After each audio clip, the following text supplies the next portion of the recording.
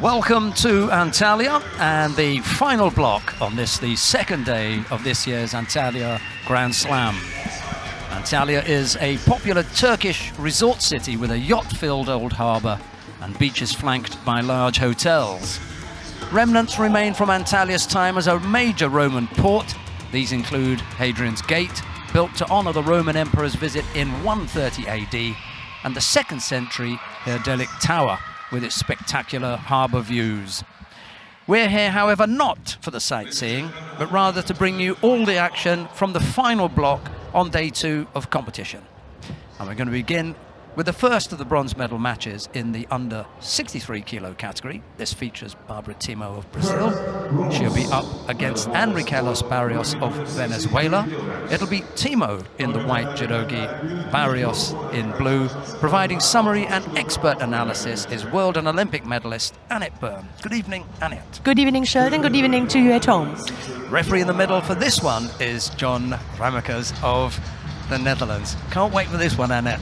Absolutely. Day 2, we already have had a great day full of action here. So many fighters are in these 4 categories, and all the fighters had a long day. So one more fight here to come for every athlete, and I'm looking forward to it. So let's have a look in the under 63 kilo category. 33 athletes were here today, and here we're going to have the 2 bronze medalists. You introduced them already. We're going to have the Venezuelan Enriquelos Barrios and Timo Barbara, the Portuguese, in white. And if we have a look to the draw sheet, how they did so far, so well. It was Timo Barbara who lost her pool final against the number 1 seed here. We will see her later on in the final, Lucy Renshaw. Then in the rapid charge contest, she won her fight, and now she is here against the Venezuelan. And the Venezuelan also had a long day. She was seeded as number 2 in this competition. She's number 3 in the world, and she lost her semi-final against the Hungarian Oszpas Sofi. Both here with a chance to finish that long competition day, finish that off with a bronze medal. By the way, last year Barrios was in the final, the Venezuelan, and this year she is fighting for bronze. Last year she ended up as a silver medalist. Okay, penalty given within the first minute against the Portuguese. Yeah, just that single Shido on the board at the moment. No real action to scream about, although that was a nice little takedown from Timo. Barrios losing her balance. Fairly easy, just to push the left leg around the back and to draw her opponent down over the outstretched almost no leg. defense, yeah? No. Yeah, the balance was really, she was in a poor position there. She's just not going anywhere. Couldn't get forward. Yeah, the thing is, Barrios tried to attack, broke up the grip, and then when you break up the grip, you have no control, and that's what happened. Timo used that and just countered her and took her onto the ground.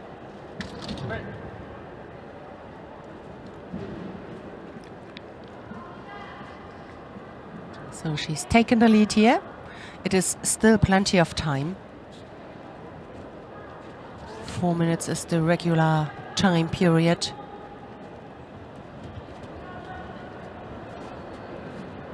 So half the contest is gone.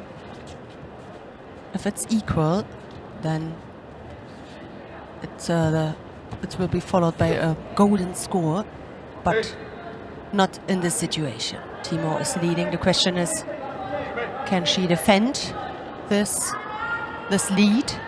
She already received a penalty. She can only afford 1 more penalty. The 3rd one would be the win for her opponent.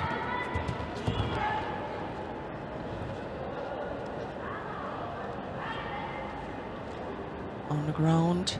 That all costs a lot of time. So you need to be really confident on the ground.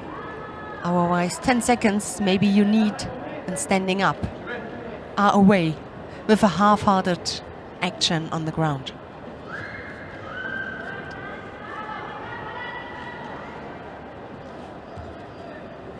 Time ticking away for Barrios, I'm afraid. Yeah, we are coming now to the last minute. Timo tries to work things out there on the ground. Hey.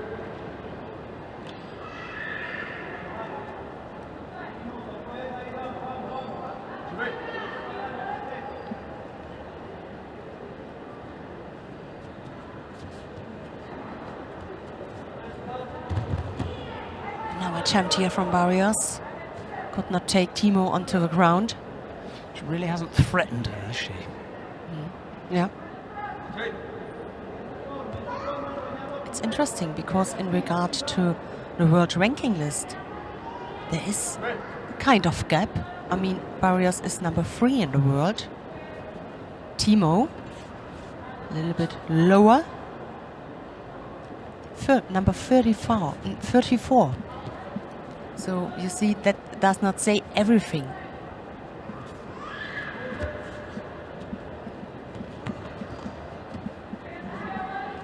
Always she tries to attack there the outside, Barrios. But Timo, comfortable feeling here with her grip. Ojigari now. She got a good control.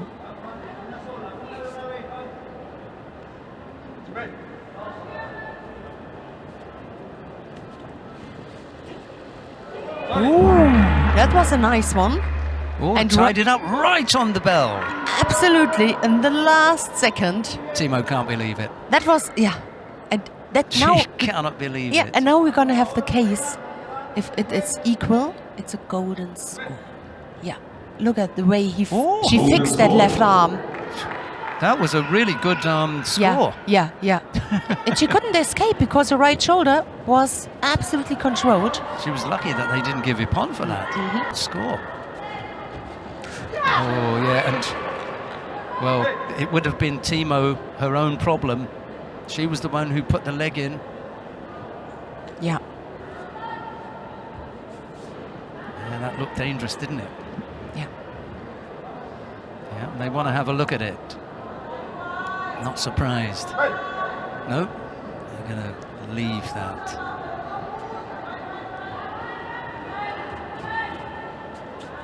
So the golden score.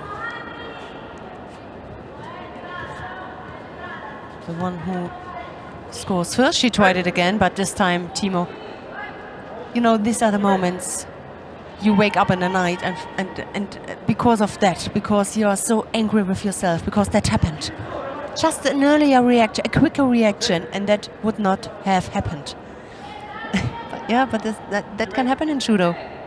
Until the last second. Yeah, maybe she just switched off a bit. Outside attack. Also, Barrios tries it. Gives one back. Yeah, she's got some advantage. She's taller. She can include the head, and with the whole body and the whole size, she could break the balance a little bit better than Timo can.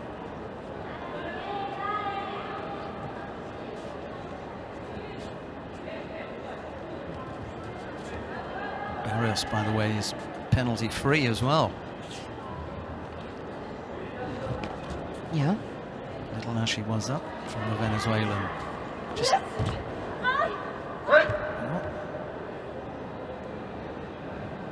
somebody felt some pain. A hard landing. Yeah. Yeah, if you are fighting against a taller one, you must get so close to your opponent to break the balance, to move her at all. If this does not happen, then you land first and your opponent may still stand. Yeah, that was a better one. Referee had a brilliant view. She landed on her left side. Yeah, just a little bit flat-footed there. Yeah. Barrios, unaware of the danger that low left-sided Ippon Seoinage was going to cause. Timo Erezu comes up with the second score, this time in golden score, and takes the win. So the first of the bronze medals goes to Barbara Timo of Portugal. 5th place finish. And in the end, she Enrique almost won it. Sorry. Yeah. She almost won it. And how sad it is when you then in the end in the golden score, you know, you lose it. So.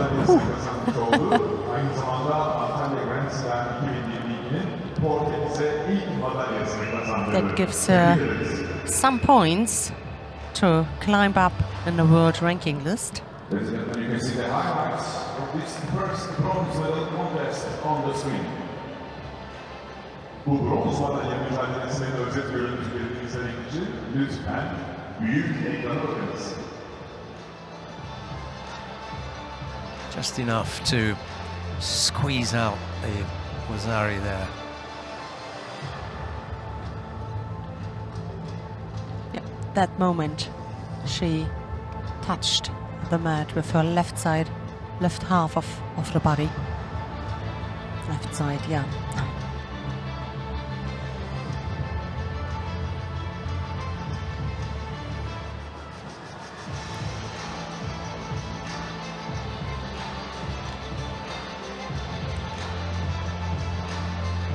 We've got a second bronze medal contest coming up next.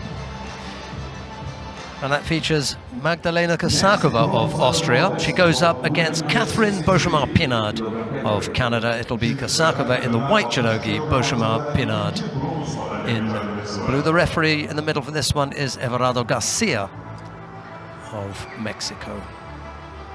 Here's Annette. Yeah. I will introduce the two athletes. Here we're going to see the referee. And when we have a look to the two athletes, first to come is Catherine Beauchemin-Pinard. She lost her semi-final against Lucy Ranchel. And her opponent, Magdalena Kosakova, the Austrian, lost her pool final a round earlier against the Venezuelan we have seen just. And then in the repechage contest, she won against the Slovenian Andrea Leski.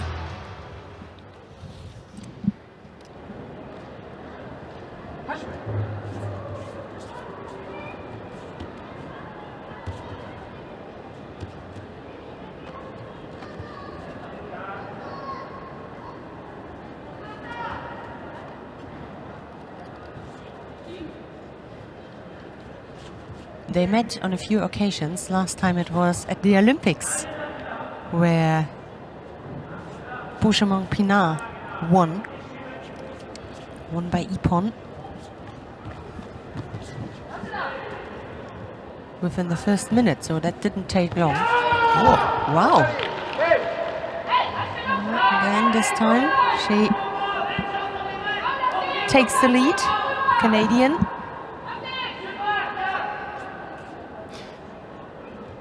Kosakova giving the impression that she thought the action was over and maybe she was getting out of it. Well, it wasn't over for Beauchemin-Pinard, who continued on and came up with the score. Yeah.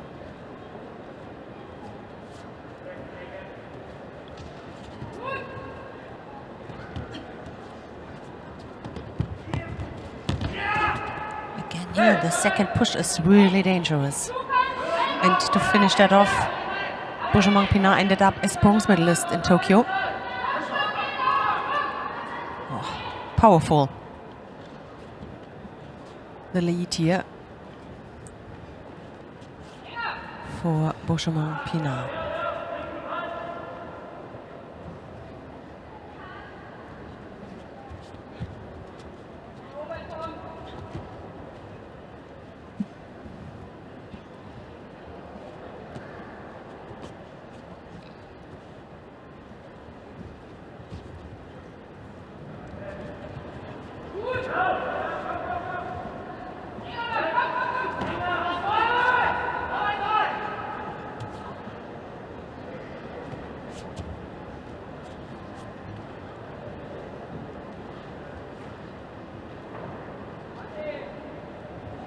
working on the ground, and as long as there's a development, the referee let it go until it stops. Then the referee decides to give the mate and that it continues on standing up. After contest is gone. It's right against right. Krosakova with her long legs. This is a good plan. Get outside. Oh my God, that was brilliant. Great comeback. Yes. From the Austrian Krosakova. Wow.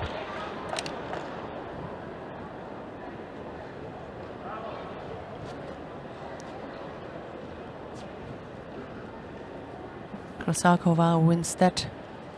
The second bronze medal in the under 63 kilos.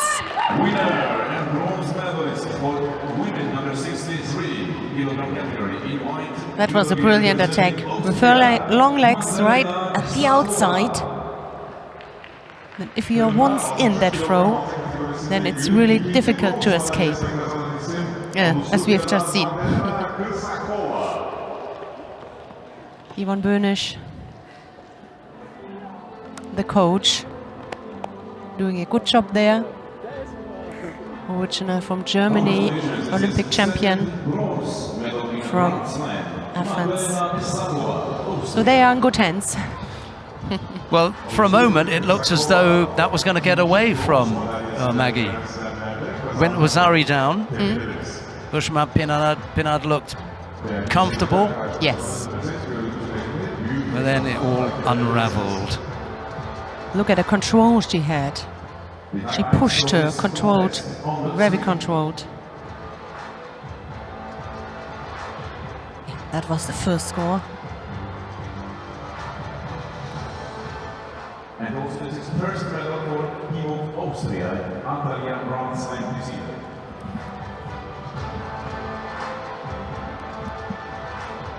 Krosakova böylece Antalya Grand Slam 2022'de Avusturya'ya ilk madalyayı kazandırmış oldu. Real commitment here from Krosakova. This was the score against her.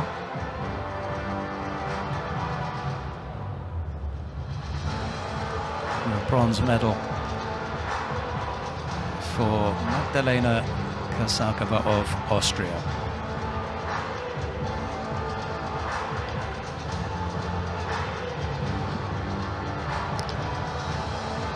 And as Annette just said, Yvonne Bönisch is the coach with the welcoming arms. Yes. We come now to the final of the under 63 kilo category. Lucy Rentschel of Great Britain goes up against Osbash Sophie of Hungary. It'll be Rentschel in the white judogi, Osbash in blue. The referee in the middle for this one is Ioana Babiuk of Romania.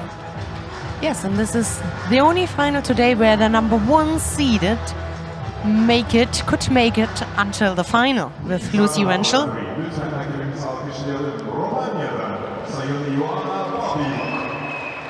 And we have top quality in this category.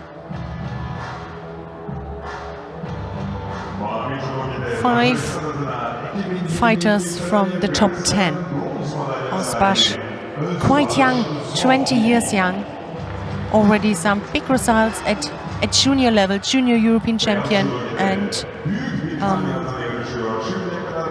yeah, interesting to see her way during the years, how she develops, and she's in the final here at senior level. So Lucy Rentschel, a little bit more experienced, number 2 in the world, 26 years old, and now ready here for the final. Lucy Rentschel won it last year, so she could defend her title. Yeah.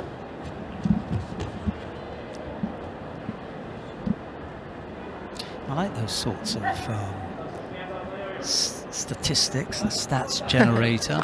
My question would be, the question that came to mind was, when was the last time a British fighter defended a Grand Slam title. Yes, we will see. The question before that was when was the last time a British fighter won a Grand Slam title? But to defend one, well.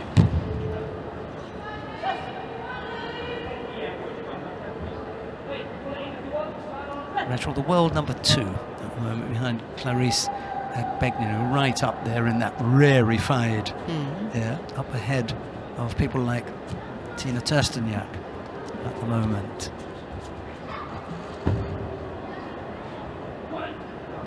And Kuranami has dropped down to 18. The Japanese, that's the highest ranked Japanese at the moment, and then Horikawa Megumi, but no real need to go into any further than that. Yeah. Osbash is a good example. We really have to follow during the years, because we spoke about this earlier. Being successful at a stadium in your life where you are still very young.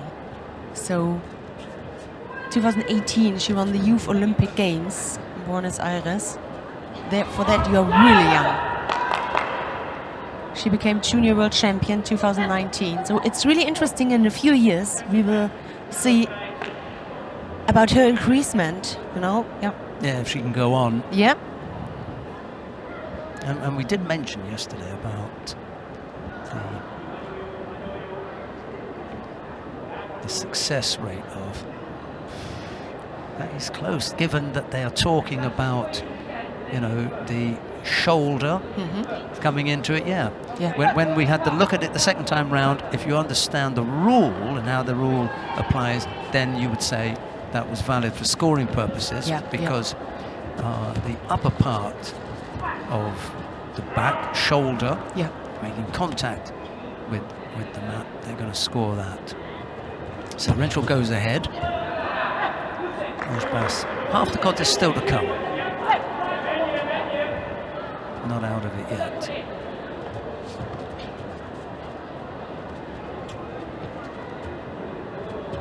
She tries to get close to the left arm from Leslie Rentschel. Left-sided, Koji. Leaned a little bit back, a little bit too much.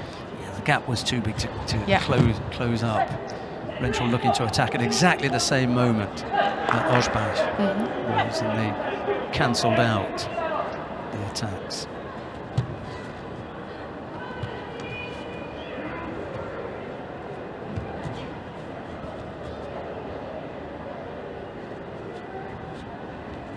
The battle for grips is really good here between this pair. Yep. And we've had nearly 3 minutes, not a penalty. Both really positive, both athletes. I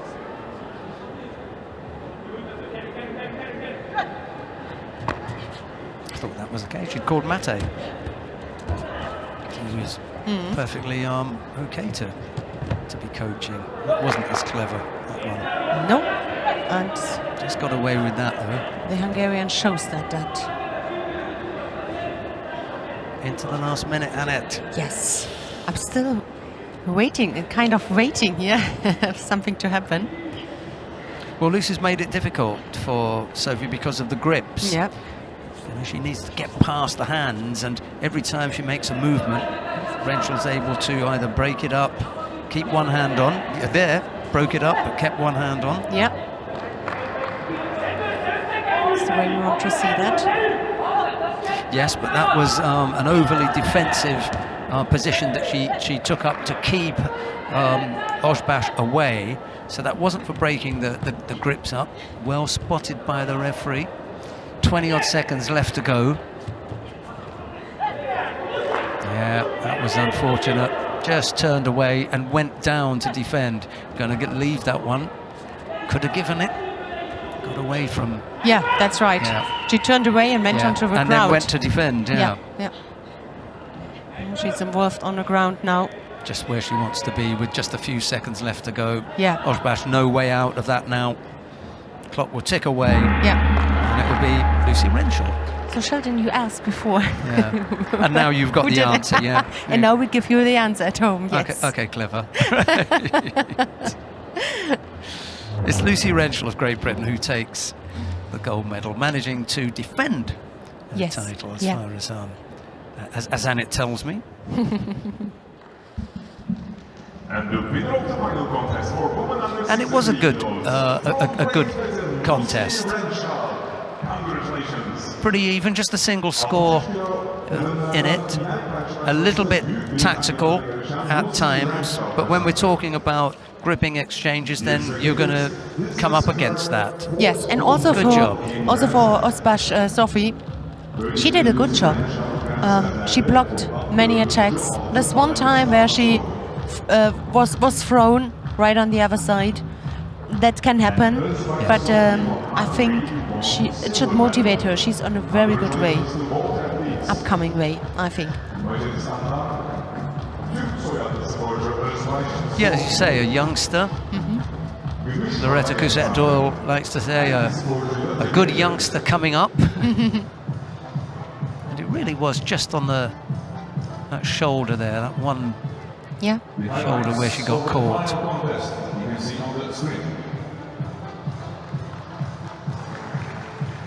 Once again, this is the victory of Lucy Renshaw, Great Britain.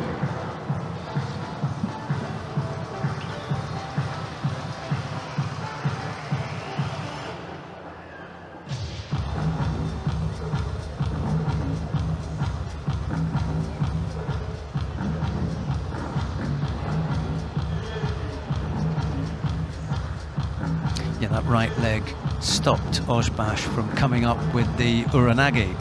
And you've been chatting earlier about the number of Uranages that failed. Yes. And that was one way to put a stop to it. Yeah.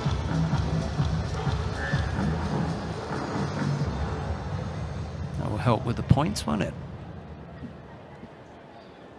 Right, coming up next, we've got the second of the weight categories in this final block. It's the under 73 kilo category. Ido Levin of Israel goes up against Salvador Casas Roca of Spain. It'll be Levin in the white judogi, Casas Roca in blue. The first of the bronze medal contests in the under 73 kilo category. The referee in the middle for this one is Val van Dester of Belgium. And here with commentary on this is Annette Byrne. Yeah, and this category we had this morning 51 athletes, and this is quite a big number of fighters. Let's have a look at the two of them. So here we're gonna have Casas Roca, the Spaniard. He lost his semi-final to a finalist now, to the Italian Manuel Lombardo, and the Israeli Ido Levin. He lost his pool final to the Georgian Georgi Terashvili. He's in the final, and then he won his repechage contest, the Israeli fighter, and now he's up against the Spaniard.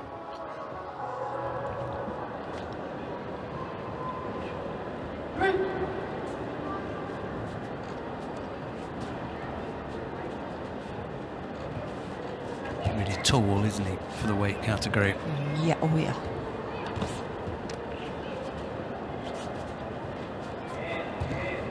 Just inside the top 100, Ido Levin. Yeah, 98. 23 years old.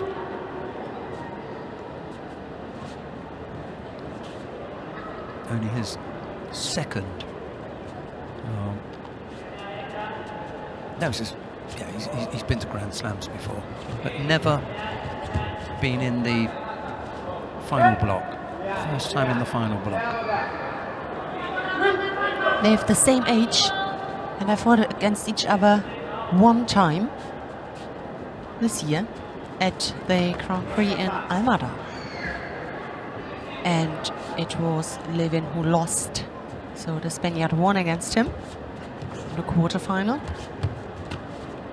So they met once. Chigari, that was beautiful. And that was an interesting moment, right when Casas Roca tried to come through with the grip. Levin, otherwise, then Levin came through with the grip. He attacked. Look, at this moment, Yeah, cross opened grip, himself up. and he said, "That's my chance." Because otherwise, I have a problem with that cross grip from very below. Yeah, the Yeah, Spaniard reacted well. He didn't react like a lot of people do when the arm goes over the top and bend and try to get his back away from him. He went straight in. Oshigari overwent Levin. Not quite good enough for the full score, but good enough for Wasauri, and that's the lead with 2.5 minutes left to go. Makikomi just missed that. Well, Osoda and then into the Makikomi. Cassis Morocco fancies his chances on the ground here. Levin is not that keen, looking to stay as far away from him as possible, but he's hooking in there, or attempting to anyway. One more go. That failed, and Van Nesta, the referee said, Mate. The interesting point here is that his reaction, the reaction from the Spaniard. So I think almost everybody, when somebody comes with the big arm and is coming for the cross grip, and trying to pull you a little bit down, it's not the first reaction to get close to your opponent. Yeah. And you reacted completely in a different way, unexpected. And that was a good thing. And came up with the score. You don't see this very often. That was really cleverly done.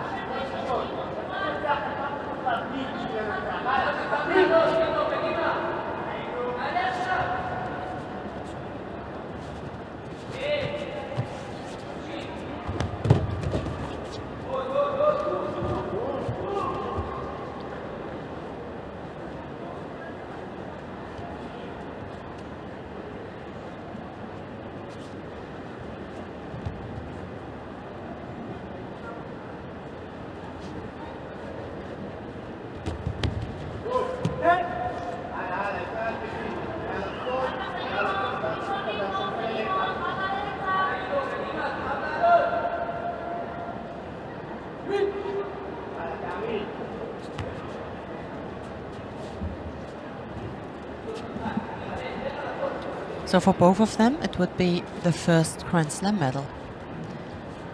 Levin never had an IGF World Tour level. No. It is Cassis Rocha with one Grand Prix silver medal this year at the Grand Prix in Portugal, but Grand Slam. Cassis Rocha decided to burn a Shido there. Any others? Yeah, that's it. Really needs to step the pressure up here, Levin, because time's running out. 40-odd seconds is not long. Not if you're going to try and... There he just about squeezes that one out. Yes, and I also was supposed to say that he really looked tired. He looked tired, slowed down, and right in that moment, outside attack with his long legs. Well, it wasn't rocket science, was it? We knew he had to come up with something. He just happened to do it as we were talking about it. So he's back in the contest now. Yeah. And actually, a minor advantage in as much as he's only picked up one penalty. Yeah. Definitely with that score. Oh, got to watch the arm. Yeah, keeps it exciting, but is the arm lock through? That's not the best defense, is it? Yeah. And it's still... He just managed to squeeze his arm out. Yeah, that was close. Arm was extended and in a good position.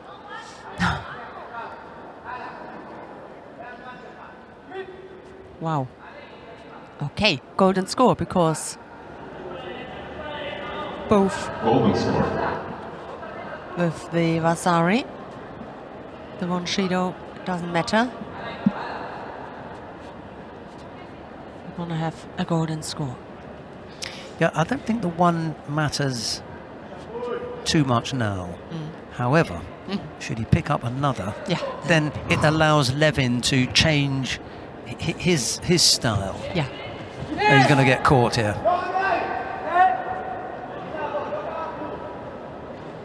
Wonder if they want to have a look, yeah.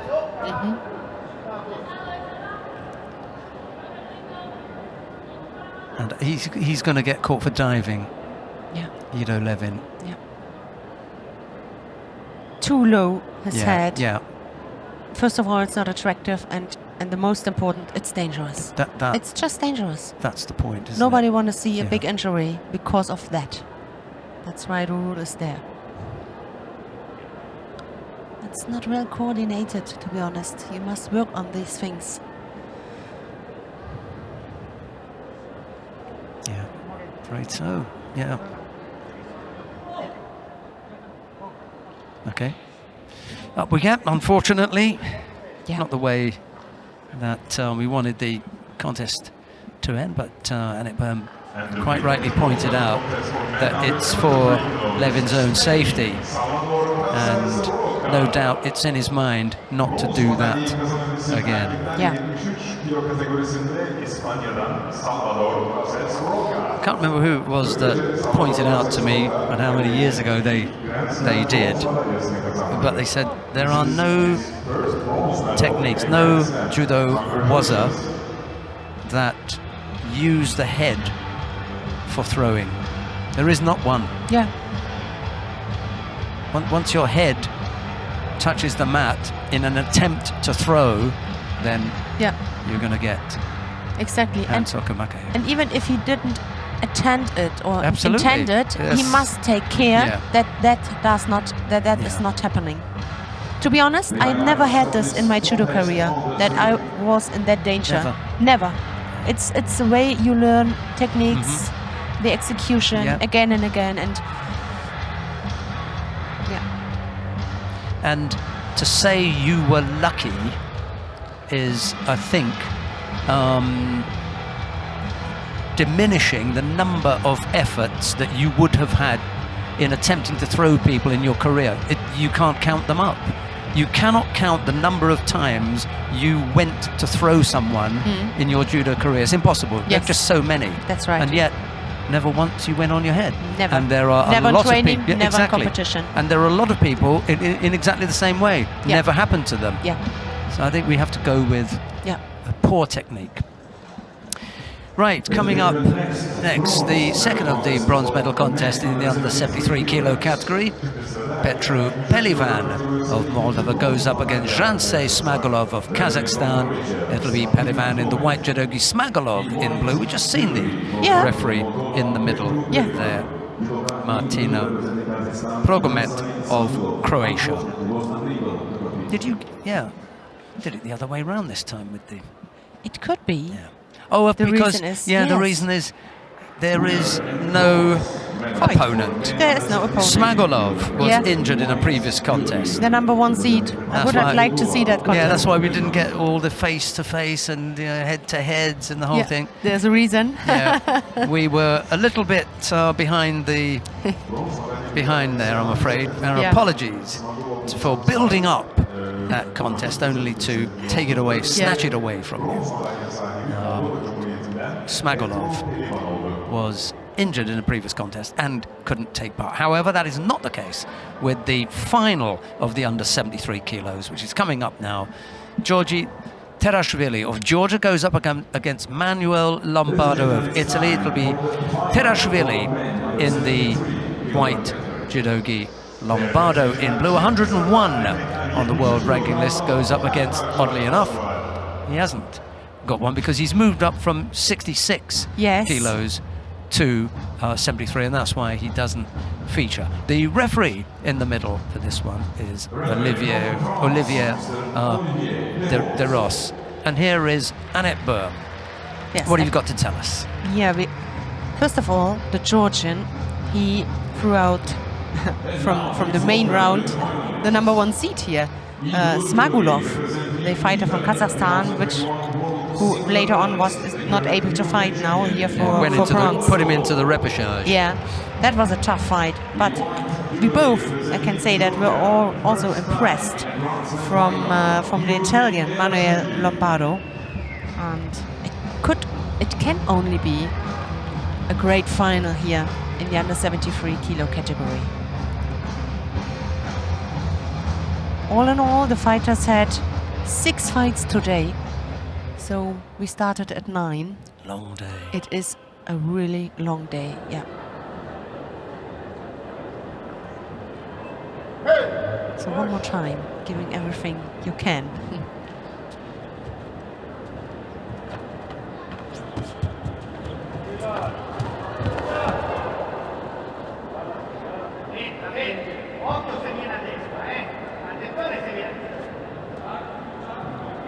Sometimes takes quite a while for athletes to get used to the move.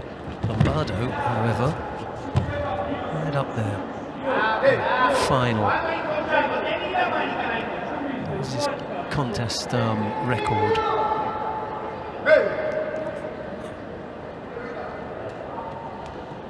So there you go. As soon as he's finished with the Olympics at under 66, he comes out to his first Grand Slam and Yes. whack in the final. Yep. That took him a long time, didn't it? Yeah.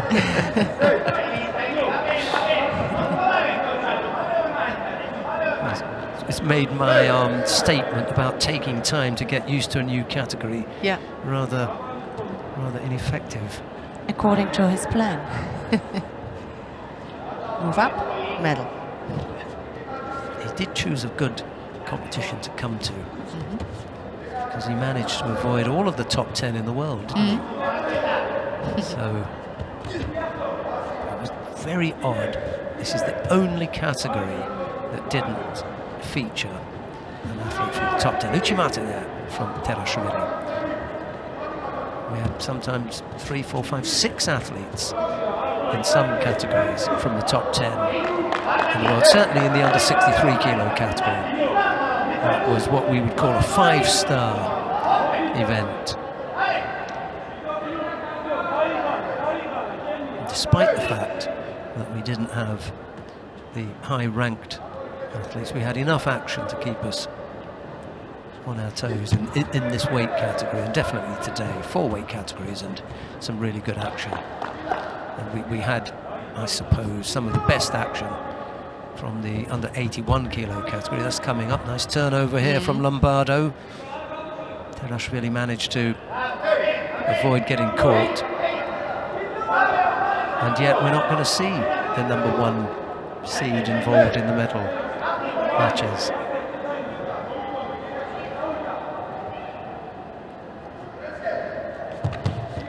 That category is really tough for the Georgian when you look to his country with Lasha Shaftaturashvili, and he's #3 actually. Just had a look. Lasha is the top leader here. Well, maybe now's the time to... Yeah, it's Brilliant. He's just 19. Yeah. He's 19 years young. No, yes, he is. He is. Georgi Terashvili is 19 years young. Now's the time to be in that weight category in Georgia as we see the back end of the career of Lasha Shaftaturashvili. Yeah. Yeah, I'm Who okay collected with that. Yeah. 3 medals at the Olympic Games. It's incredible. Yeah. 12, 16 and 20. Yes. Should have been. Yes. Got it in 21. Yes. Yes. Well, it looked as though Lombardo was going to take control of that, move smoothly to collect his first Grand Slam gold medal at 73 kilos. It was not to be. It was Georgi Terashvili, the 19-year-old.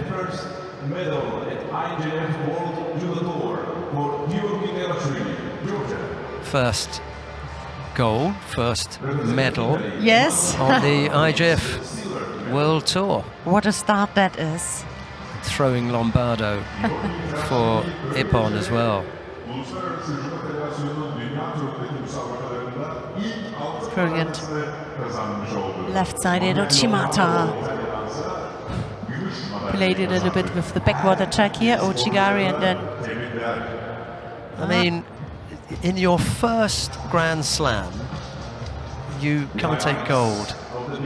You're 19, your first Grand Slam, gold medal, you throw Manuel Lombardo for Ippon. Okay, he's come up from 66 to 73, but he's no slouch.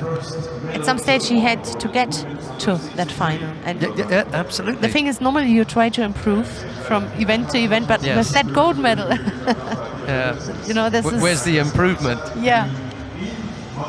He can't... He put a mark Well, there you on could it. top that, I suppose, by going to Paris, Yeah. or Tokyo maybe, or wherever it is that we're going to be at the end of the year in Japan. Is that on the list? To go out to Japan, we'll have to have a look. Levan Jojoliani welcomes another Georgian gold medal winner. Jojoliani has seen a few in his time. We've got the awarding ceremony for the women in the under 63 kilo category coming up now.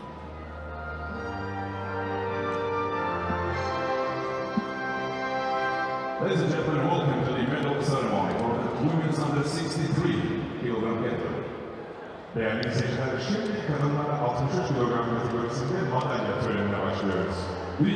The medals are being presented by the president of the International Judo Federation, Mr. Marius Wieser.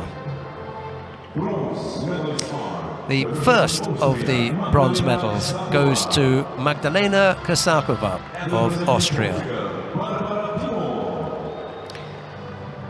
There's a bronze medal also for Barbara Timo of Portugal.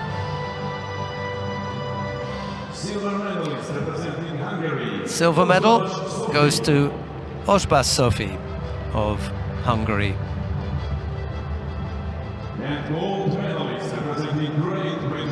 For the gold medal goes to Lucy Renshaw of Great Britain,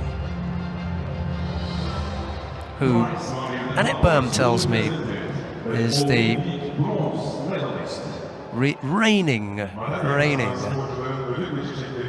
gold medalist from Antalya. So she manages to retain her title. Well done, Annette, for that bit of information.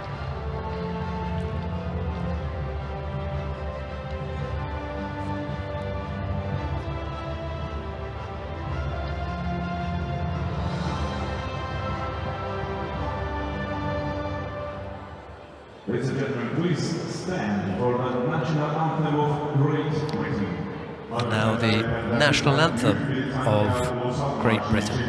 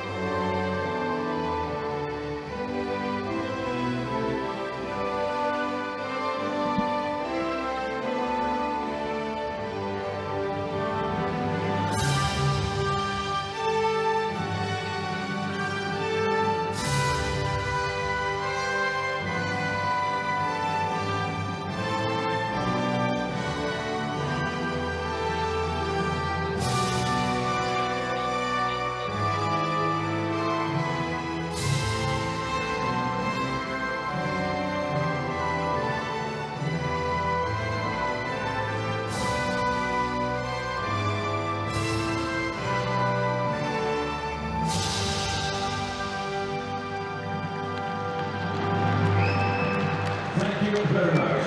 A family picture with a great piece of judo.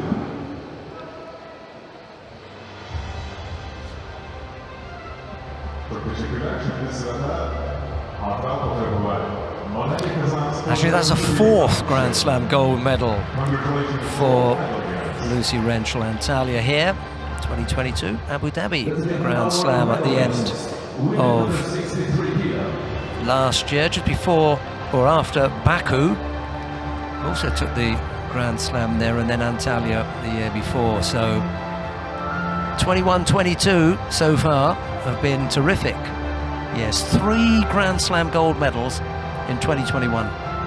Yes. Antalya, Abu Dhabi and Baku. Yeah. And then kicks off this year with another gold. And it's only April, isn't it? Early in the year. Coming up next, the next of the weight categories. We've got 2 more for you.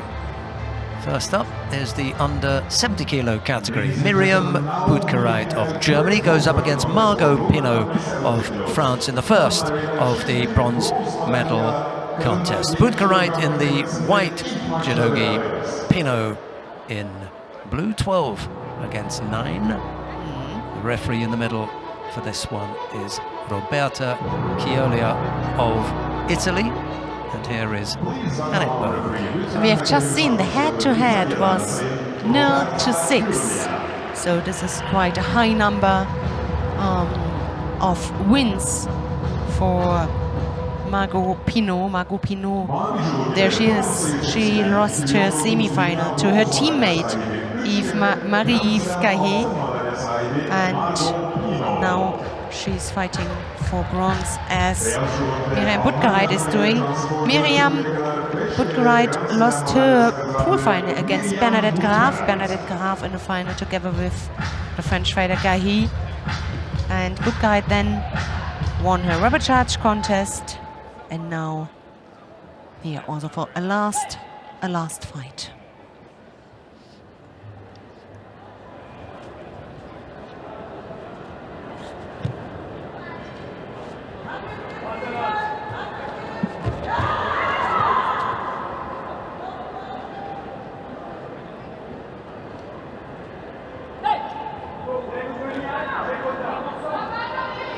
Really close in the world ranking, 9 and 12.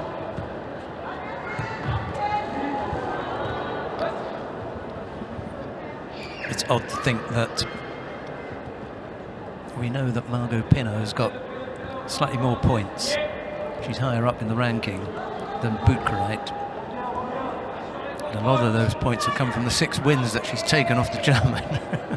Yes. That plays a big role. Looking here for the Sankaku. The legs are closed. The question is, can she turn? Yeah. Hasn't quite got the head. Nope. Wasn't 100%. All right. Boutkereit keen to get out of there now. But you just saw that for a moment when you saw the full face and then realised, oh, she hasn't quite got the head trapped.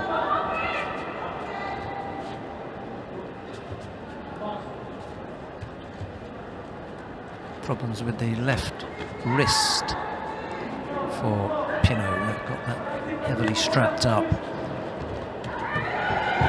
And you can see that it's lovely and clean, that bandage. So you know it's fresh. Oh, had to tap out. That's another one that got yes, a bit of a shock, a bit of a surprise. You know, you don't realise that you're in that trouble, and when the pressure goes on, you have to tap so quickly because Pinot's not going to put it on and just wait to see what happens. She's going to put it on and squeeze it on, and the sooner that you can tap, the better. Yes. Pinot had a look over her shoulder. She actually went to Boutkereit to see if she was okay, but It's very, this that was on pretty sharpish, wasn't it? fair play, yes. And she's a brilliant judoka. I mean, at the beginning of this year, she won the Paris Grand Slam in a brilliant way. And she belongs to the really top players, good fighter. She's a good thrower. She does a good judo. And we're going to see her later on the podium. Also with a little smile after she lost against her teammate earlier on. Yeah, so here we're going to see the failed attack from Miriam Boutkereit. And immediately the transition. She puts that right arm on the leg to block, but what it does is it opens it up for Pinot to attack the arm. And she's looking to try and roll out of it. Yeah, but no way. Yeah.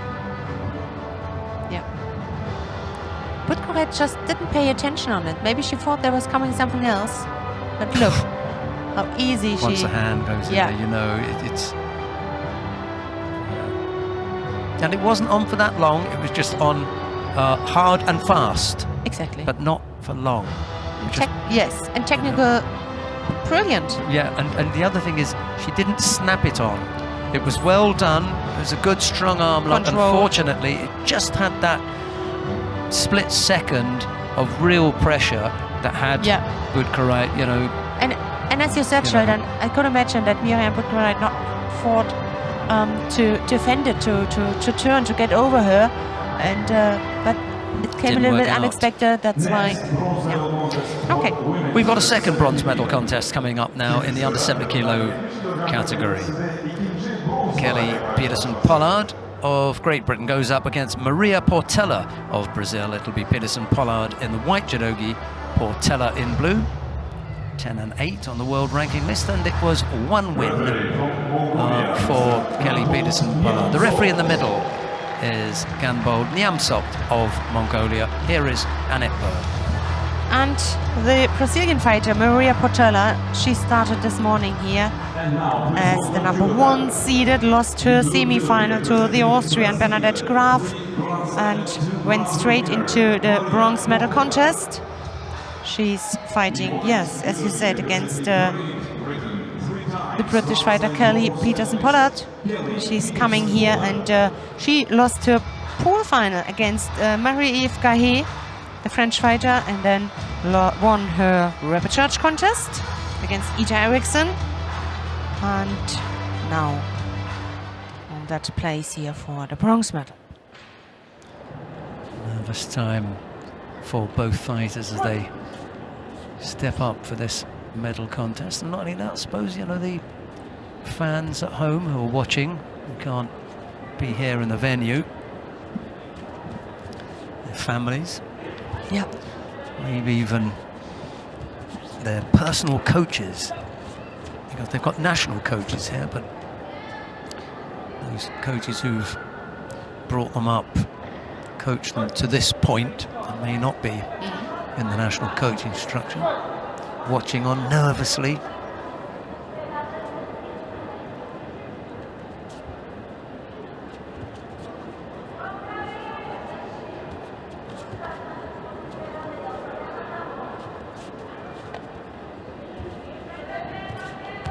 At the Tel Aviv, for instance, Peterson-Pollard ended up as bronze medal, with a bronze medal. Maybe she can repeat it. Low, right-sided effort there, almost unsettled Portela. Just wasn't able to keep hold of the hands and get any real drive from that. Good entry, and a good turn.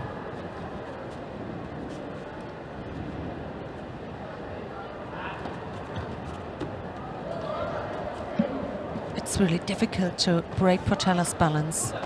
She is a very physical, powerful fighter, a little bit shorter, a muscle package. Yes, low and squat.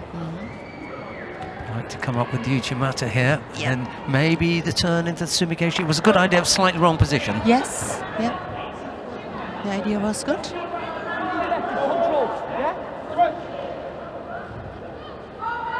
A few coaching tips there from Jamie Johnson, who's in the chair for Kelly Peterson-Pollard.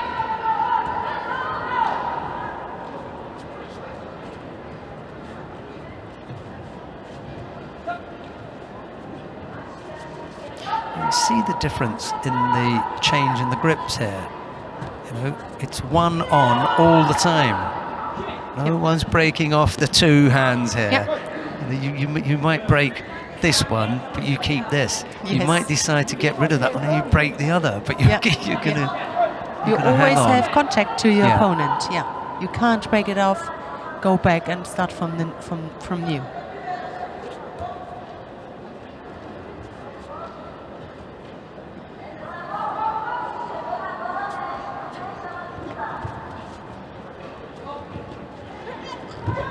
And that's a nice effort, because she didn't like the grip there and turned in right away, so that broke the grip up without having to worry about pulling and pulling away from the grip. Second time that she's been in low for that Taitoshi. A good turn. The foot was actually in the right position. Again, not the hands on. attempt not to get close Yeah. to the hips from Portela. She's well known for Jumped in. Yeah. Yeah. that kind of counter. So we have to be careful with that jumping in effort. Easy to miss the target, and then you end up with a false attack.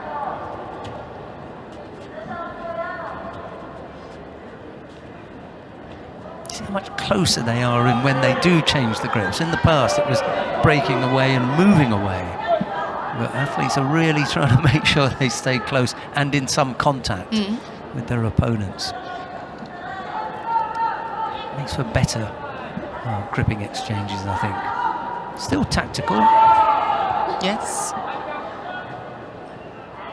And you have to be a real judo lover, I suppose, to look at 4 minutes of this and say, yeah, this has been really interesting. But you also have to understand what's going on and how difficult it can be. It's no different from watching, you know, high-class football or soccer, or whatever you want to call it, where it's 0-0, but it's still tense, because you realise that the quality of the play that's involved and the quality of defence that the athlete, that the footballers are coming up against is really, really strong. So I think I like to liken it to that. A second penalty picked up by Portela, and time has run out here. We're going to go into the golden score period, and this is just where you don't want to be in the golden score period with 2 penalties against you. Another penalty puts you out, and I'm not... It's the worst case, you're right. No more mistake is allowed, and not stepping out, no gripping infringement, not overly defensive, no force attack. There's a whole list. Some of them can happen quickly, and yeah, it's not the best position Portela got, but maybe she... And this is where Close. this is where Peterson Pollard has got to be really clever here. Yeah. Really need to get to be upright and looking positive. Yes. Don't want to start picking up penalties. As positive as possible, as upright as possible. Portela is the one who is at a disadvantage here, and she's the one who's most likely to risk something big. She's going to be looking at that scoreboard, knowing that a single penalty will put her out, and that will force her into attacking when maybe she would not want to. When you do very often mistakes when you're under pressure, so the thing is, Peterson Pollard must put her under pressure. And the best way, she throws, or it's a mistake from Portela. But so far, Peterson Pollard, she just did not use that little psychological thing, tactical thing. To step up the pressure. Yeah, and received a penalty for being passive. You can see the shape looks a little bit defensive. She's got, you know, that midriff. Oh, that was close. Did she get the landing? Oh. Emotions, what emotions. Went around the back. Yeah. Just looked at too overly defensive there. Yeah. From Peterson Pollard. Yeah. Maybe she also looked at the scoreboard, thought about the 2 penalties, decided, let me try and, you know, let us both be defensive, and she'll get the 3rd. Yes. I don't mind picking up 1.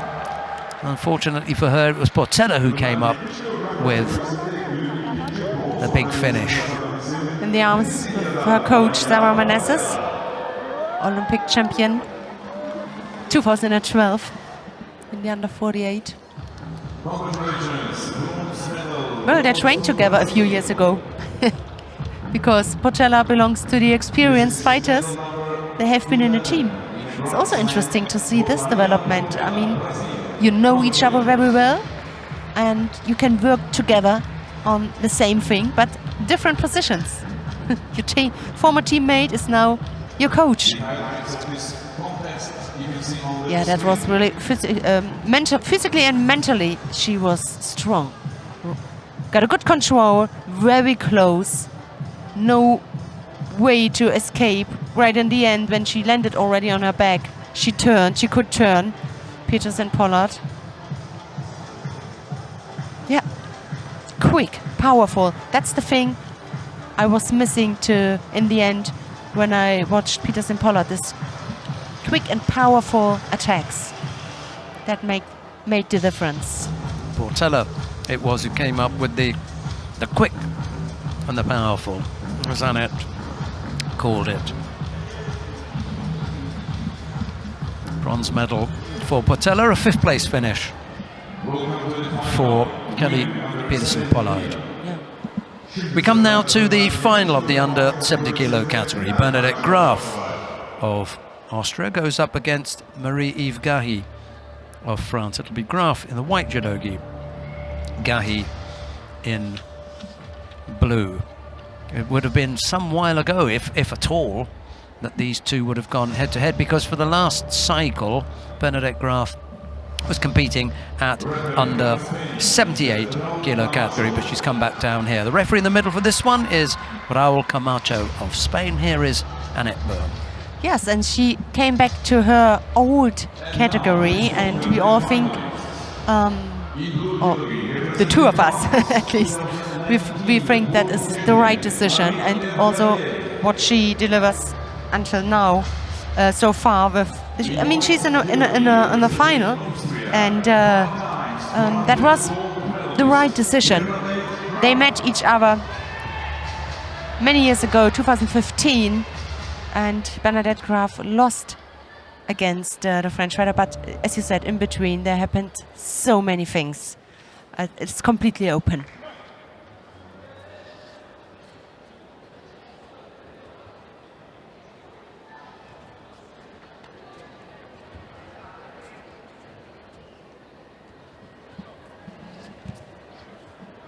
It will be a battle for the Paris Olympics between Marie-Yves Gahi and also Margot Pinot, the French fighter we have seen for bronze medal. Again. Again, yes. Especially when the Olympics are at home. That's special. Well, here's another one. I mean, we were talking about Lombardo moving up after the games. He fought at 66, and then he's come to 73, found himself in the final. Here is Bernadette Graf losing at the Olympic Games to Madeleine Malonga. Next match, she's moved back. She's moved down to 70 kilos and finds herself in the final. Yeah. So we've got another one of those. Yeah. Stats generated. Graf couldn't claim the score there. Yeah. She managed to get the foot in and come down with some degree of control, Yeah. but not 100%. quite. No. Yeah. No. They will check it. Let's see. We're going to have a look, and then we'll be able to talk it through if we get the replay as well. So here's the action.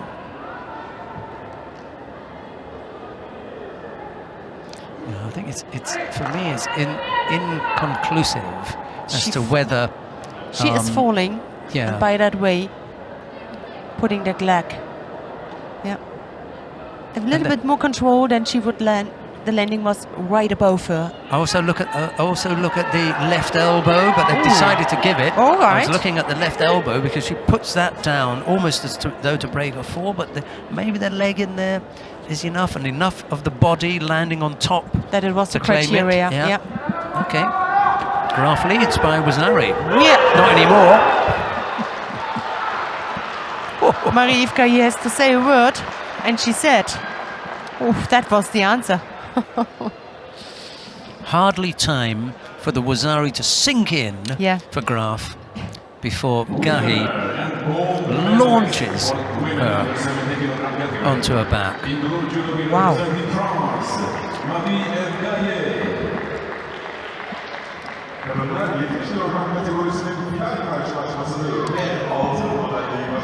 Well, we won't have to worry about whether there was any controversy about the Wasari score for Graf. That's a non-event, non-subject. Yeah. Because there was absolutely no argument, no discussion about whether that was a nippon or not. That was thumping.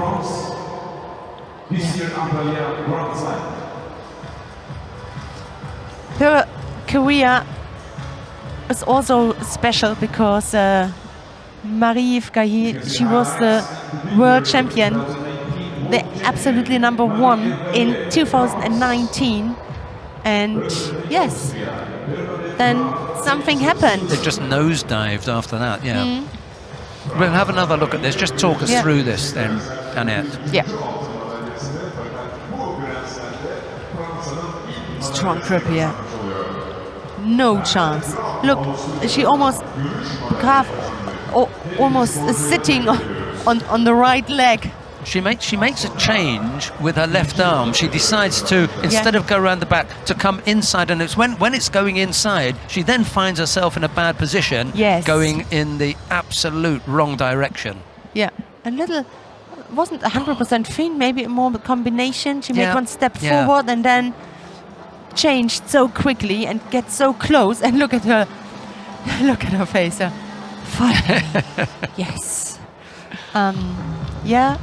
That was brilliant. Yeah.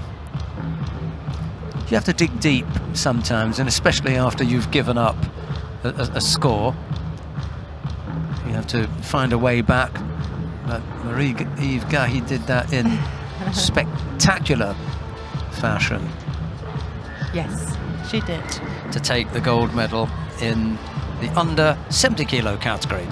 Well, we've got the awarding ceremony for the men in the under 73 kilo category coming up now. Ladies and gentlemen, welcome to the medal ceremony for the men's under 73 kilogram category. Değerli izleyiciler, şimdi sırada erkekler 73 kilogram kategorisinin madalya töreni var. The medals will be presented by the medals are being presented by the chairman of CEDCO Hungary, Mr. Michael Michaili. The first of the bronze medals goes to Petru Pelivan of Moldova. There's a bronze medal also for Salvador Casas Roja of Spain.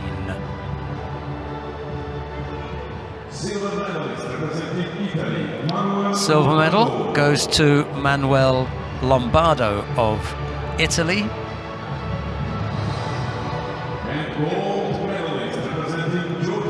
But the gold medal goes to Georgi Terashvili of Georgia.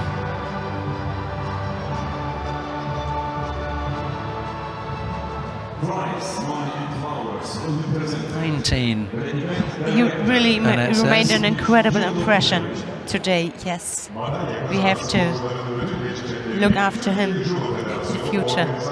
Yeah, but I think this is absolutely the right time for him to be making his way. He's still got the rest of the qualification period to come, and it may very well be, you know, the speed with which the Georgians develop.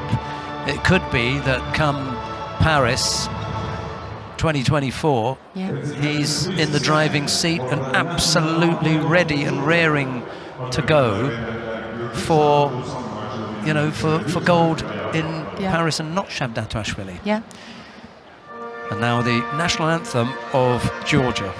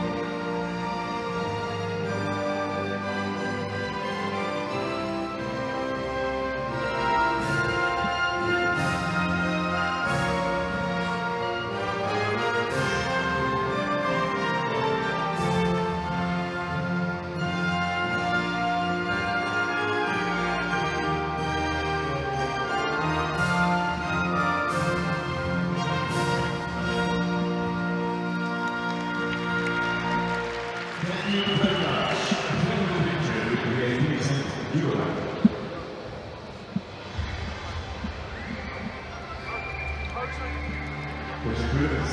Sırada oyun konuklarımız ve madalya kazanan sporcularımız. There is the winning quartet with Cassis Rocha and Pelivan, the bronze medal winners. Lombardo took the silver, and it was Terashvili who took the gold medal. Yes.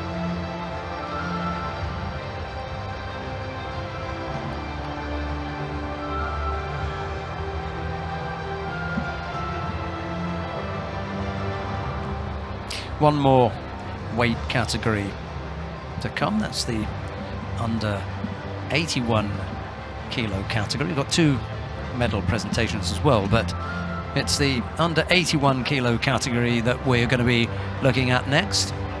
Two bronze medals and then the final.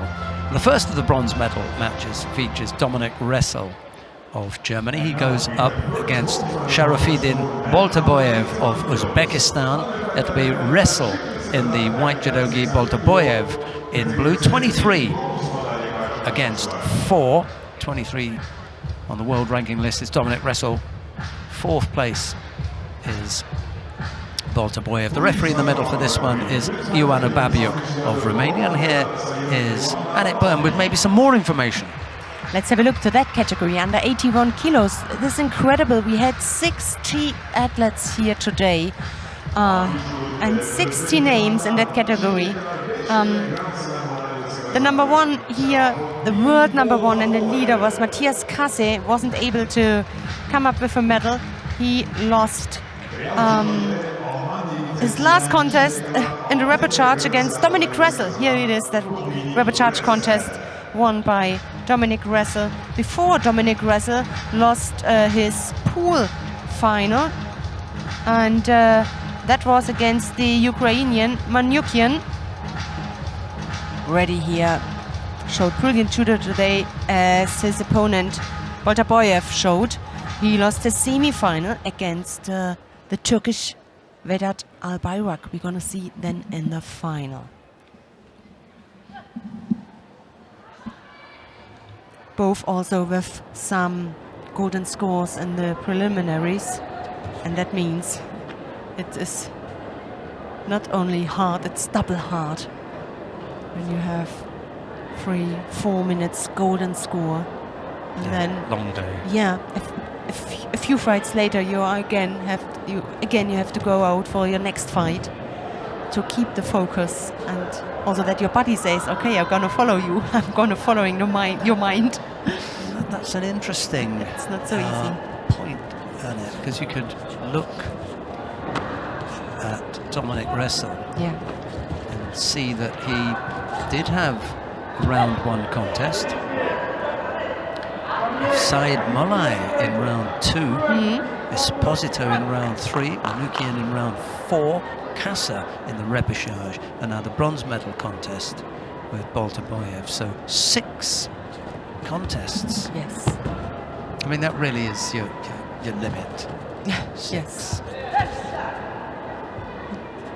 2 golden scores he had. Yeah, the first one was a golden score. The third one, this is all extra time you are on the mat. That's right, yeah. I can't imagine a situation where you're going to get someone in the medal matches who has 7 contests, maybe adding another round, and then of course the likelihood that you end up in the medal matches where you were not one of the top 8 who would all avoid a first round contest is pretty slim. So Yeah. 6, I think, is the maximum.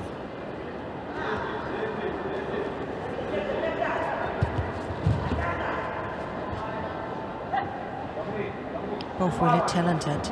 Dominik Ressel, upright fighter, great in the Chimata and also other classical judo. He had a bit of bad luck at the Olympics, where he ended up as a 5th. Ooh, that was brilliant from... I just wanted to come to some results for Boltaboyev, but He didn't give me the time. That was a brilliant, brilliant attack. Not so easily. So Dominic Russell just didn't pay attention. It really came close to him. We're gonna see it in a replay. And he wins bronze. Sharafuddin Boltaboyev from Uzbekistan. Off camera, you couldn't see Dominic wrestle's mat etiquette. An example to everyone, irrespective Yes. of win or lose. Really, I mean, here's someone who's just got, planted on the mat, and he waited to bow to Sharafuddin, Yes. who was on his way. He was in and out, rushing off very quickly. Dominic Wrestle stayed and bowed to the space that he left because he was off so quickly. Yeah, he's really a person who knows what respect and fairness means. He just watches the replay as we are doing here on the TV, still on the mat, watching it, giving some autographs.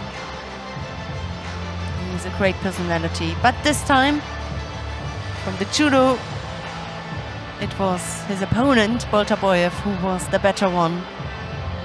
We spoke about 5th places. He ended up in Tokyo as a 5th. This time at the Grand Slam here.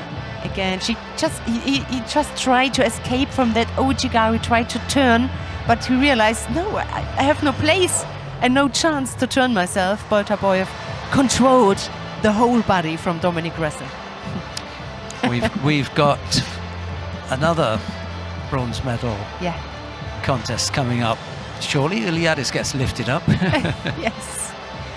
The Olympic. Also a legend. Elias Iliadis. Yes, great is a word that we can apply to Ilias Great. Iliadis. Yes, the great. Right. Abdul Malik Umayev of Belgium goes up against Hivro Manoukian of Ukraine. It's Umayev in the white judogi, Manoukian in blue. 156 on the world ranking list for Umayev, 54 for Manoukian. They've gone head-to-head on one occasion before. No, 2, and it's 1-1. Yes. I think. The referee in the middle for this one is Olivier De Ross. I hope I haven't stolen your thunder there. You didn't. Olivier De Ross of France. So it will be exciting now to watch that fight. Who will take the lead in regard to the head-to-head? So Ivar Umayev for the Belgium. I've been impressed with him. Absolutely, today. I have to agree. Let's have a quick look at his day. He lost his pool final against Albayrak, the Turkish fighter. We're going to see in the next fight, in the final.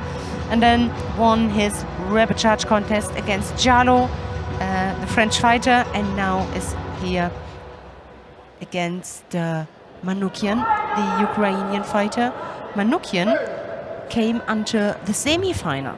There he lost against Guilherme Schmidt of Brazil and went straight into that bronze medal contest.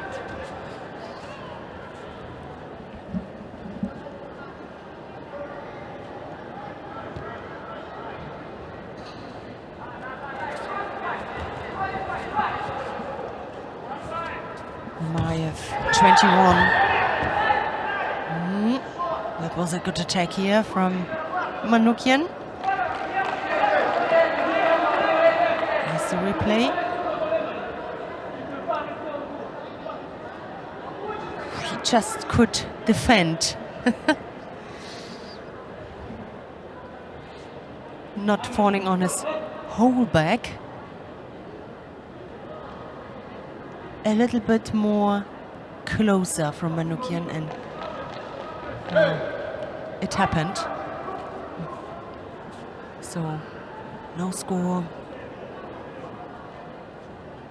Manoukian, let's have a quick look. 23 years old he is.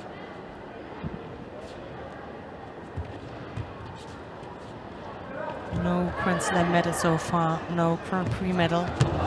That was brilliant, and that's what we spoke about, this class, that throwing skill. So explosive. Look, he's so tall and so quick underneath, and at the moment the same moment he gets underneath, he comes out again.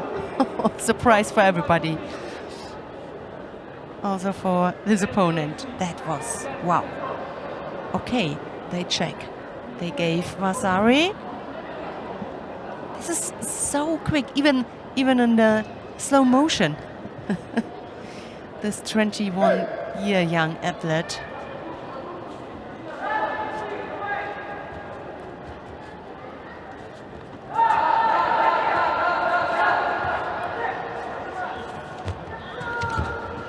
The category where, I mean, Belgium is a small country, but the under 81 kilo category is an example. They have three, now a third, really, top player. The number one, Matthias Kasse, is also, the number one in the world, leading that field. Current world champion. This time he wasn't, he didn't manage it to get a medal, but always around. And Semi Chuchi, and now we're gonna have a new one coming up. Abdul Malik Umayev. It's going to be interesting for the next years. What happens there? So the lead, the early lead here for the Belgium.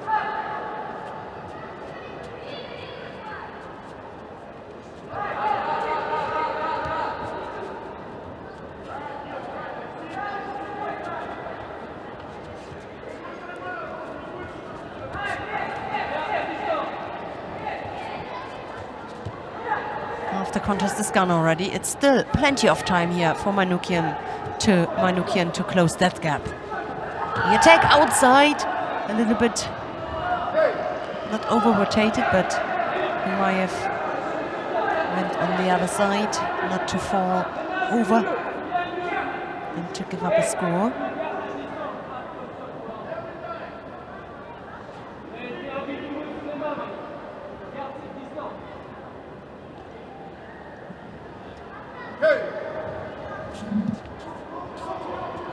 He's looked dangerous all day, actually, Umayev, with his throwing techniques. A little bit untidy with that one. Looked like a dive to me to avoid a grip. He got away with it, though. Yeah. Manukian is not backward in coming forward. He's got some dangerous techniques. I think he's going to go again here. He was lucky to avoid getting called for an overly defensive posture. He was just doing everything that he could to keep Manukian off him. And it's going to catch up with him shortly. Yeah, I thought so. Picks up a penalty for passivity.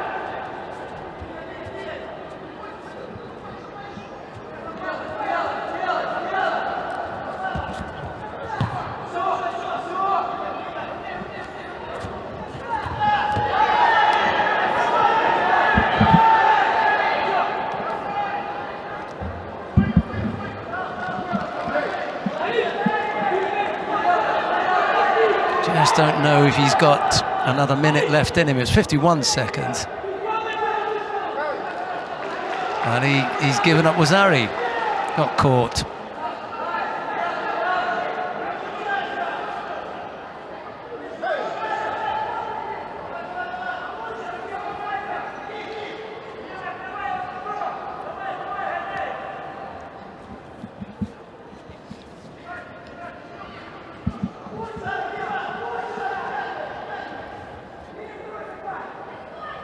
So it's still, well, it would have been another chance. The last 30 seconds, 31, 30 seconds now.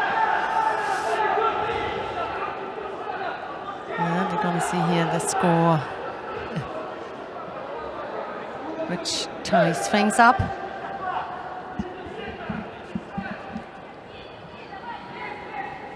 Still everything open here for both of them.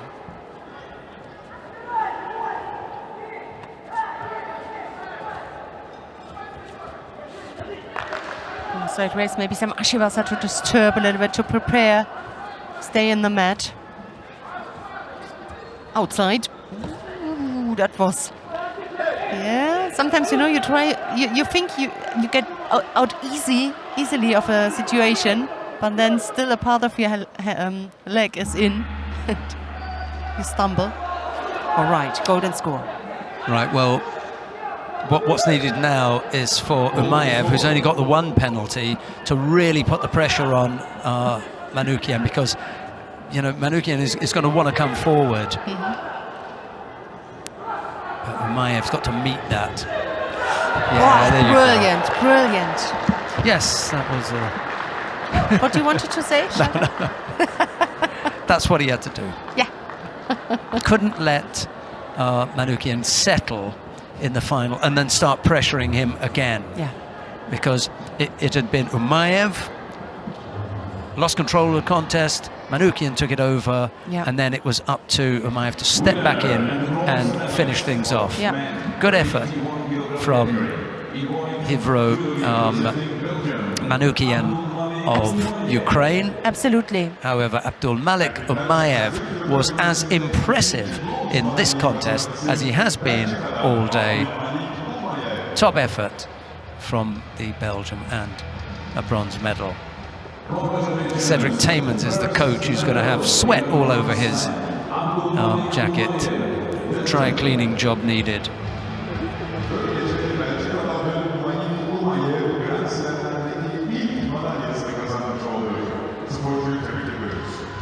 Really impressed with that.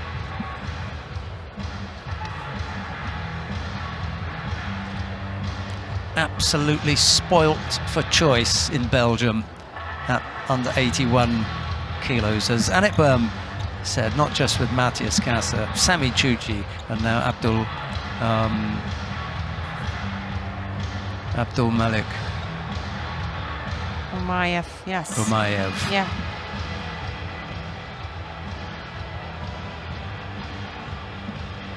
The highlights of the last bronze medal contest on the screen.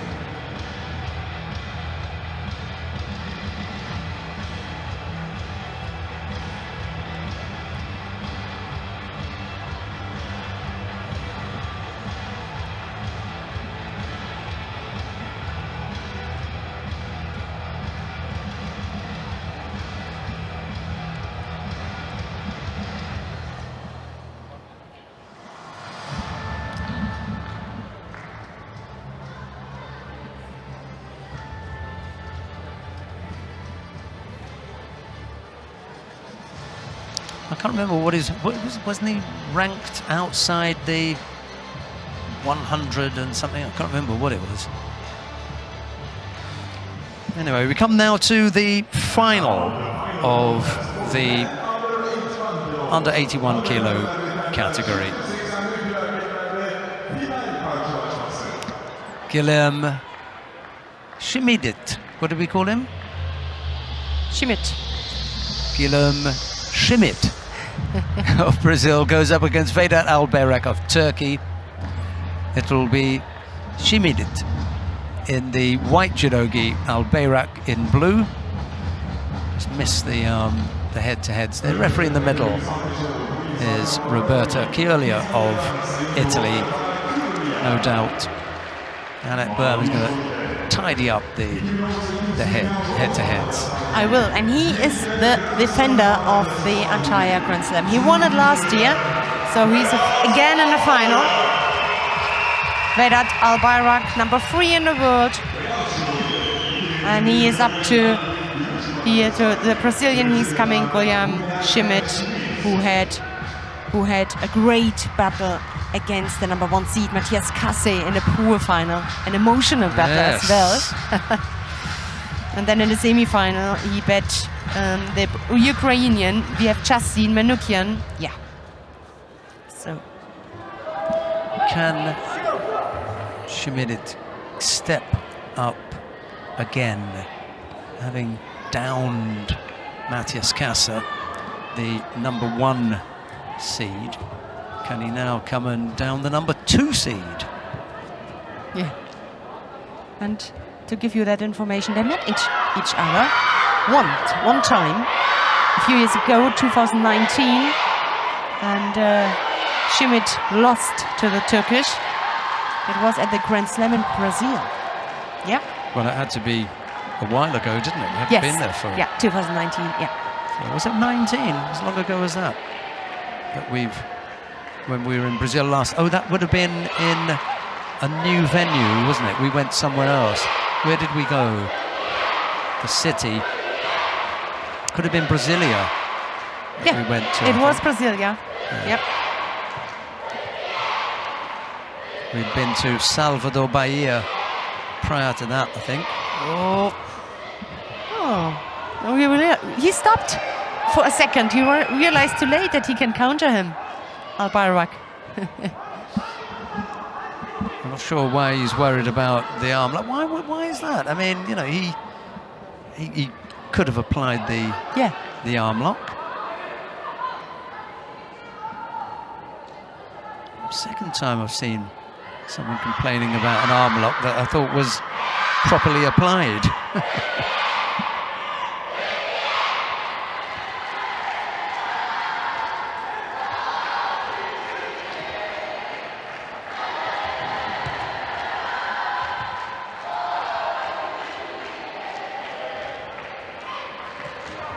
Kochi, right hand deep on the back there from Schmidt. It would be a very nice ending for the Turkish fans. Yeah, close out the day with a gold medal. Yes. Send them all home happy. They're cheering away and waving flags as well.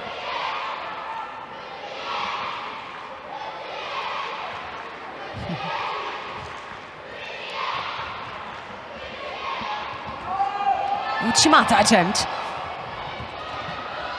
Yeah, and also Schmidt is a thrower. We have seen that earlier on in his previous contests. He likes to go close to the hip and lift you up. Al-Bayrak really must be careful. And if he goes in, then 50% with 150% power and control. Could be on the receiving end. Yeah. Oh, yeah. Ooh, Chigai. Yeah. Yeah, he solved that problem. Almost lifted up, but then just took his right leg into. Good reaction. And let's have a look. He landed on his side. Yeah. So There's still a minute and a half left to go. If there's one chink in the armour of Al-Bayrak that Schmidt could exploit, I think it's on the ground. But, you know, the clock is ticking, so there's very little time. So it'd have to be a big slip from Al-Bayrak. And he's already shown him that he can apply an arm lock once. Yeah. Well, he ducked there, didn't he? Yeah. He ducked to avoid that. Al-Bayrak.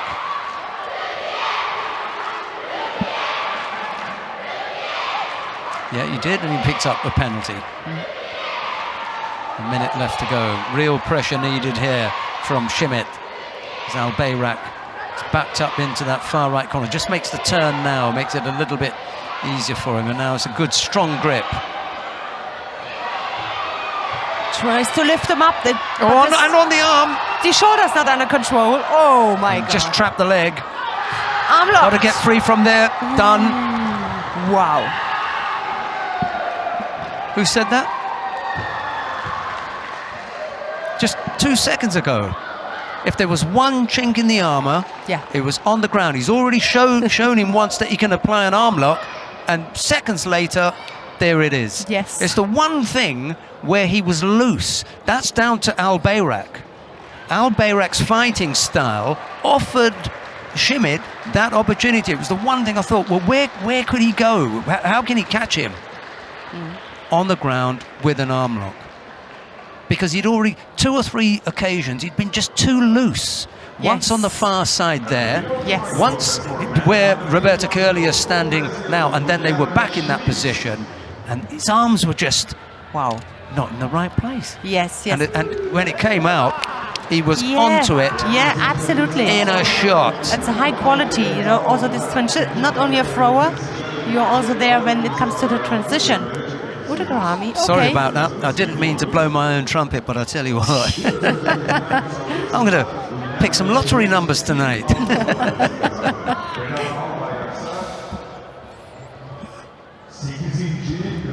Sorry. Surprised myself there. Al-Bayrak had that wrapped up.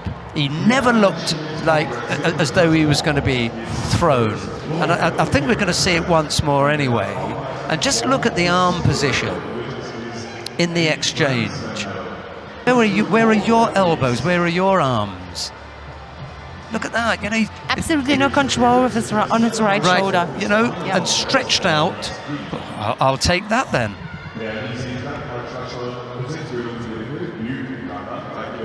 Yeah, that'd be painful. What a kid. What a day he's had. Beat the number 1, beat the number 2, bring him on. Next. Really, he's had a terrific day. Great work from Guillaume Schmidt. And his coach was up in the stands. I've been to chat with the coach.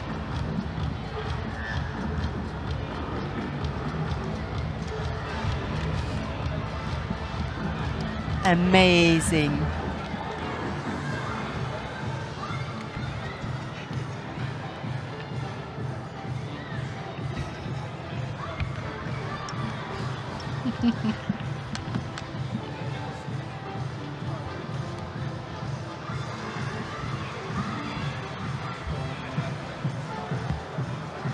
What a great day he's had. Well, we've got 2 awarding ceremonies to bring you. The first of them is the under 70 kilo category for women.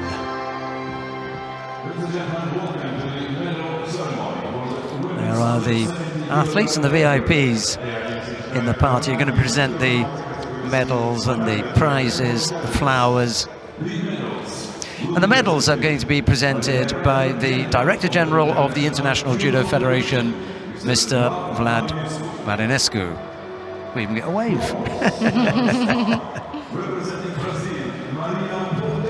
The first of the bronze medals goes to Maria Portela of Brazil.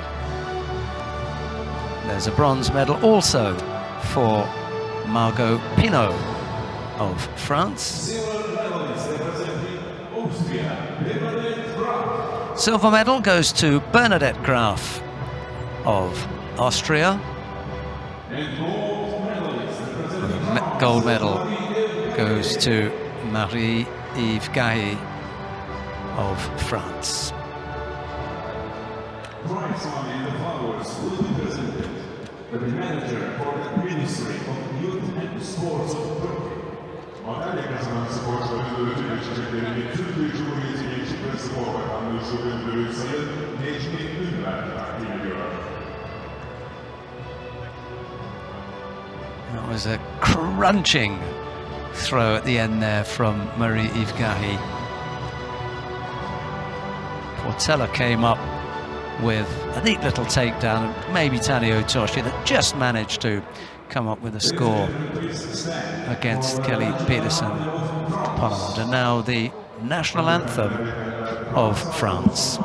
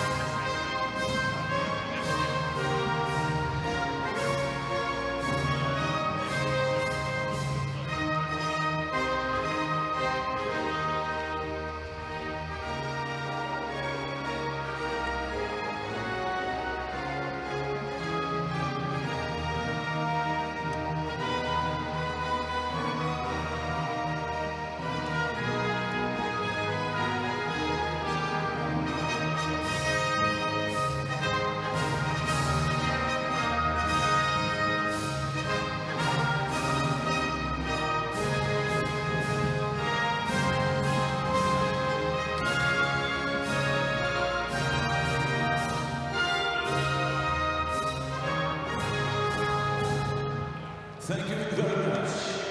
Thank you, ladies and gentlemen. Çok teşekkürler. Olur konuklarımız ve madalya kazansın. Time for the official photograph for the family picture. Lütfen birlikte madalya kazanan sporcularımızı alkışlayalım. Portela and Pino were the bronze medalists. Graf took the silver, and it was Gahi to take the gold medal. 4 beaming smiles up there, everyone happy. In particular, I think, Bernadette Graf. Welcome back, Bernie. Yes. Back at 70 kilos.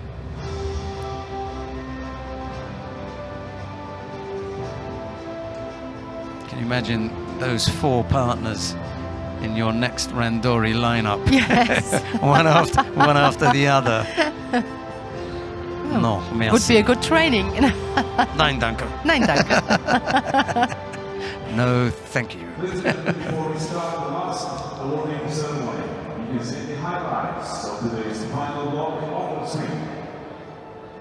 Değerli izleyiciler, az sonra günün son madalya törenini gerçekleştireceğiz. Öncesinde final müsabakalarından derlenen önemli anların bir kolejini büyük ekrandan takip edebilirsiniz.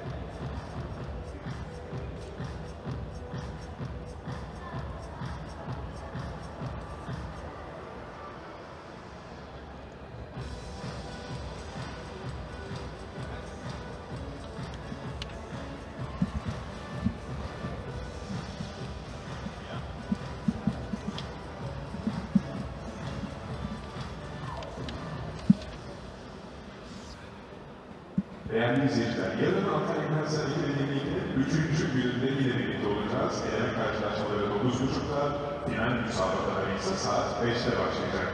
Yine hep birlikte olmayı umuyoruz.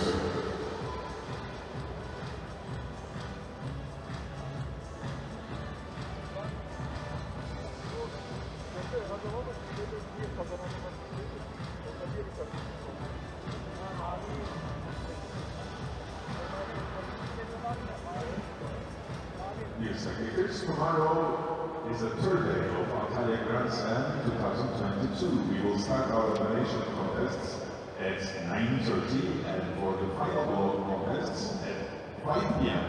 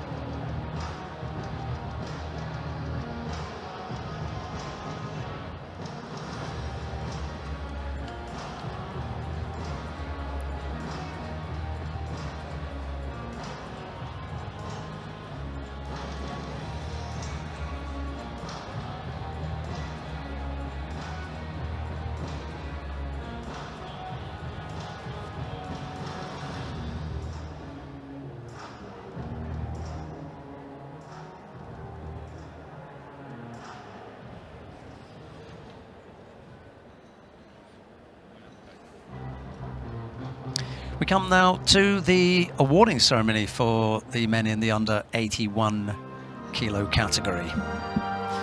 last of the awarding ceremonies for today.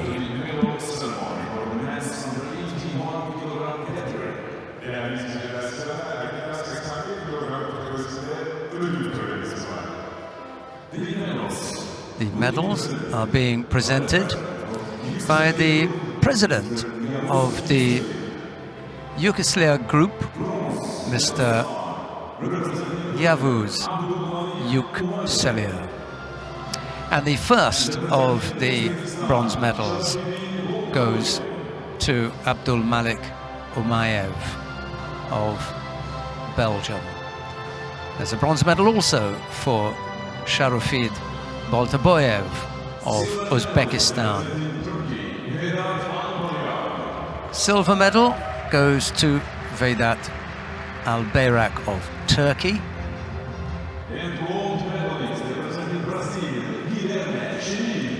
But the gold medal goes to Guilherme Schmidt of Brazil. Impressive performance from this young man. Absolutely, yeah. On the ground, and standing up. Absolutely. He's taken a few scalps today. Yeah. Schmidt. Yeah. Forced us to get his name right. Yes. Etienne Briand in the opening round. Let's have a proper look at this. Where was he in the top half of the draw? Yeah, Etienne Briand in the opening round. Milonis of Greece, round 2. Tatalashvili, Kasa, Manoukian, and then Albayrak. And now the national anthem of Brazil.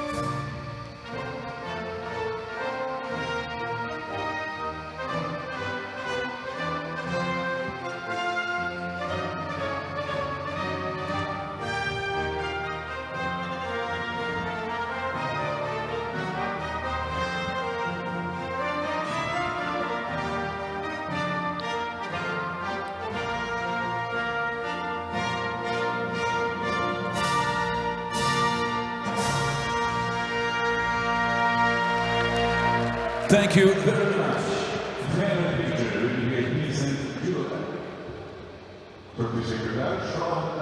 Right, time for one more family picture. Let's see when they remove the masks, whether they're all smiling or not. What do you think? Yes. And happy times for everyone on the podium. We'll see. I don't think Albayrak's going to be Definitely for the Belgium. too pleased, but we'll have a look when the arm goes round. Umayev and Boltaboyev for the bronze medal winners. Albayrak it was who ended up with the silver, not quite getting up there. Yeah, they It are all was happy. Schmidt Have a look. who took the gold medal. They all manage. Yes. A smile, there you go, especially Umayev. Huge smile from him. We've got time enough to take a look at the medal table, just to bring you up to date where everyone is. They're going to go off and do what they have to. Let's take a look at the medal standings there. There you go. France at the top of the medal table. In actual fact, the gold medals have gone to France, Brazil, Mongolia, Georgia, Hungary. I think we go down a bit further. Yeah. Moldova, Canada, Great Britain, and Chinese Taipei. There are, of course, medal table going a bit further down, but we'll just stick with the gold medals for the time being. There's a little bit more for you as well. Umayev picking up that bronze medal that brings the Belgians into it. Right, we look forward to your company again tomorrow for the third and final day of this Antalya Grand Slam. But from all the broadcast team here, Annette Berman, myself, it's bye-bye for now. Bye-bye.